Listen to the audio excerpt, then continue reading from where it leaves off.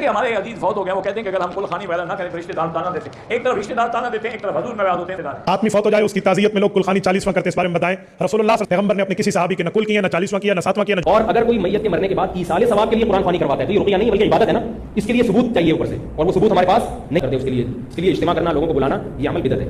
اعوذ باللہ من الشیطان الرجیم، بسم اللہ الرحمن الرحیم۔ اجیب دعوت الداعی اذا دعان، آمنت باللہ، صدق اللہ مولانا العظیم وصدق رسولہ النبی الکریم الامین۔ تقریباً 2 ہفتے پہلے دیوبندی عالم مولانا طارق جمیل صاحب کے صاحبزادہ کی ڈیتھ ہوئی، تو دیوبندی علماء، اہل حدیث علماء، اہل سنت علماء اور شیعہ تمام لوگوں نے مولانا طارق جمیل صاحب کو اپنے فتووں کی زد پر رکھا، اور زیادہ تر جو ان کے اپنے ہیں یعنی دیوبند مسلک والے، انہوں نے کھل کر مولانا کی مخالفت کی اور ان کے بارے فتوے دیے۔ مثال کے طور پر ایک دیوبندی عالم ہیں جنہوں نے تھم نیل یہ بنایا ہے کہ مولانا طارق جمیل کو مفتی صاحب کی نصیحت، اور نیچے لکھا ہے اپنے بیٹے کی قبر پر ڈالے پھول، اور کہا کہ دیوبند میں بہت بڑی برائی پیدا ہو گئی ہے، شخصیت پرستی، لہذا نکیر ضروری ہے۔ دیوبندی رائے ونڈی ایک عالم ہے جس کا نام ہے ارشد امین۔ حقیقت اگر ہم دیکھیں، کیونکہ دیوبندیوں کے بارے میں ان کا جو آپس میں جھگڑا ہے، یہ مولانا صاحب جن کا نام غالباً مولوی یوسف قاسمی دیوبندی ہے، بڑے سلجھے ہوئے لہجے میں انہوں نے اپنے مسلک کی ترجمانی کی ہے، اور علماء نے بھی جو اعتراضات کیے ہیں مولانا طارق جمیل صاحب پر، ان کا جواب ایسے شخص کے ہاتھ میں دے دیا ہے، شاید مولانا طارق جمیل صاحب نے دیا ہے، جن کا نام ہے ارشد امین۔ وہ کہتا ہے کہ فلاں مولوی تو جاہل ہے، کسی کے بارے میں کہا وہ بکواسات کر رہا، کسی کے بارے میں کہا کہ اس کو حسد کا مرض ہے، وہ رال ٹپکا رہا ہے۔ یہ صاحب اپنے آپ کو مبلغ شو کر رہے ہیں، گالیاں نکال رہے ہیں، نہایت ہی غیر مہذب شخص ہے۔ اس کے دیکھنے کو تو، اس کی پگڑی کو دیکھیں تو لگتا ہے کہ ماشاءاللہ یہ مومن ہے، لیکن اندر سے لوگوں نے دیکھ لیا ہے کہ یہ مبلغ صاحب کیا ہیں۔ اگر سارے تبلیغی جماعت والے مبلغین کا حال یہ ہے تو پھر ہم کیا کہہ سکتے ہیں ان کے بارے میں۔ بہرحال نہایت ہی نازیبا حرکات کی ہیں اس نے، پھر تپلا کیسے بجاتی ہیں وہ ہاتھ ہلا ہلا کر دکھایا۔ ان کو پتہ نہیں کس ظالم نے لا کر ان صاحب کو مبلغ کی سیٹ پر لا کر کھڑا کر دیا ہے، نہیں چاہیے تھا۔ کیوں کہ لوگوں نے یہ نہیں دیکھنا کہ یہ کس مسلک کا ہے، لوگوں نے یہ دیکھنا ہے کہ یہ مولوی صاحب ہیں، اور ان کی حرکات دیکھیں یہ کیسی ہیں، اور کس کس طریقے سے یہ علماء کو گالیاں نکال رہے ہیں۔ دیکھیں اعتراضات ہو رہے ہیں، ان کے جواب دیے جا رہے ہیں۔ اگر گولی مار کے اپنے آپ کو خودکشی کر کے مر گئے ہیں، یا یہ کہ کسی نے مارا ہے، یا یہ کہ وہ جم میں تھے اور وہاں پر سے ان پر اپنی ہی گولی چل گئی ہے، یہ متضاد خبریں ان کے گھر سے آ رہی ہیں۔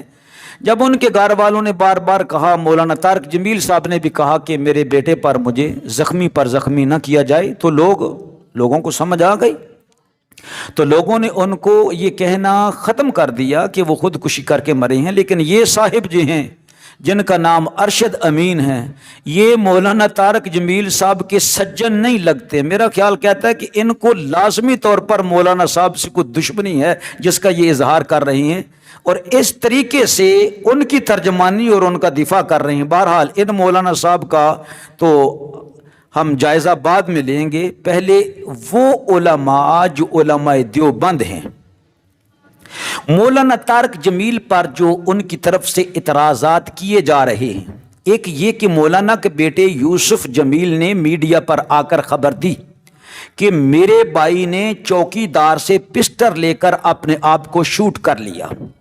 مولانا مفتی یوسف قاسمی دیوبندی صاحب کا کہنا ہے کہ اگر خودکشی بھی کر لی تو خودکشی بھی انسان سے ہی ہوتی ہے۔ کہنے کا مقصد یہ کہ یہ کبیرہ گناہ ہے، اس پر اللہ رب العزت سے دعا کی جائے کہ یا اللہ اس کے اس گناہ کو بخش دے۔ بہرحال خودکشی کرنے والے کے لیے بھی بخشش ہے، چاہے کہ احادیث مبارکہ میں بڑی سختی سے رسول اللہ صلی اللہ علیہ وسلم کا بیان موجود ہے۔ وہ کہتے ہیں کہ مگر مولانا طارق جمیل صاحب کے بھائی ڈاکٹر صاحب کا بیان بالکل مولانا کے بیٹے یوسف جمیل سے بالکل الگ ہے۔ وہ کہتے ہیں کہ میرے بیٹے کے ساتھ عاصم جم کر رہا تھا تو ٹک ٹک کی آواز آ رہی تھی تو گولی چل گئی، یعنی اپنے ہی پسٹل سے غلطی سے گولی چل گئی، مان لیا جی۔ کہتے ہیں کہ خودکشی کو ڈھانپنے کے لیے جھوٹے خواب بیان کیے جا رہے ہیں، یہ ٹھیک نہیں ہے۔ تو کیا اس بات پر ان مولوی دیوبندی صاحب کو، مفتی صاحب کو یہ گالیاں نکالنا شروع ہو جائیں گے؟ ارشد امین صاحب، یہ بہت بری بات ہے۔ پھر جو اعتراضات مولانا طارق جمیل صاحب پر کیے گئے ہیں وہ ہیں بدعات۔ نماز جنازہ کے بعد دعا کرنا کہ دیوبندیوں کے نزدیک یہ سخت ترین بدعت ہے۔ گھر میں مجموعی دعا کرنا یہ بھی سخت بدعت ہے۔ مجموعی قرآن خوانی کرنا یہ بھی سخت بدعت ہے۔ قبر پر پھول چڑھانا یہ بھی سخت بدعت اور منع ہے۔ قبر پر پھول چڑھا دیے مولانا صاحب کہہ رہے ہیں، اور کہتے ہیں کہ ہمارے مدارس دیوبند کے تمام مدارس کا فتویٰ یہ ہے کہ یہ حرام ہیں، ناجائز ہیں، وغیرہ وغیرہ۔ اور یہ بھی کہا کہ یہ پھول کوئی لے کے نہیں آیا بلکہ یہ پہلے سے لا کے رکھے ہوئے تھے۔ پھر یہ اعتراض مولانا صاحب پر آ رہا ہے، مولانا طارق جمیل صاحب پر، کہ قبر پر اجتماعی قرآن خوانی کی گئی جو ان کے نزدیک تو بہت زیادہ گناہ ہے، کل خوانی کا اعلان کیا گیا۔ پھر مولانا صاحب نے وہ حدیث بھی پڑھی کہ کل بدعت ضلالہ وکل ضلالۃ فی النار۔ بہرحال یہ دیوبندیوں کا مذہب ہے کہ یہ بدعت ہے اور تمام بدعتیں جو ہیں وہ گمراہی ہے، اور تمام گمراہی جو ہیں وہ جہنم میں ہے۔ نبی پاک علیہ السلام کی حدیث مبارکہ کوٹ کی۔ ہاں میں کہتا ہوں کہ کاش کہ مولانا صاحب یہ پڑھ لیتے کہ اجیب دعوت الداعی اذا دعان، جب بھی کوئی بندہ بغیر لمٹ کے، کسی وقت کی لمٹ نہیں ہے، مجھ سے دعا کرتا ہے تو میں اس کی دعا کو قبول فرماتا ہوں۔ اللہ کا قرآن میں ارشاد ہے، اور حضور علیہ السلام کی یہ حدیث مبارکہ پڑھ لی ہوتی، اذا صلیتم علی المیت فاخلصوا لہ الدعاء، جب تم میت پر نماز جنازہ پڑھ چکو تو اس کے بعد اس کے لیے خلوص دل سے بخشش کی دعا کرو، جیسا کہ ابو داؤد شریف میں یہ حدیث ہے۔ بہرحال یہ میں مناظرہ نہیں کر رہا، جب انشاءاللہ وقت آئے گا تو پھر ہم مناظرے کا چیلنج بھی دیں گے۔ بہرحال یہ قرآن خوانی جو قبر پر کی جاتی ہے، اس کے بارے میں وہ جناب مفتی طارق مسعود صاحب کا فتویٰ موجود ہے کہ یہ شرک ہے۔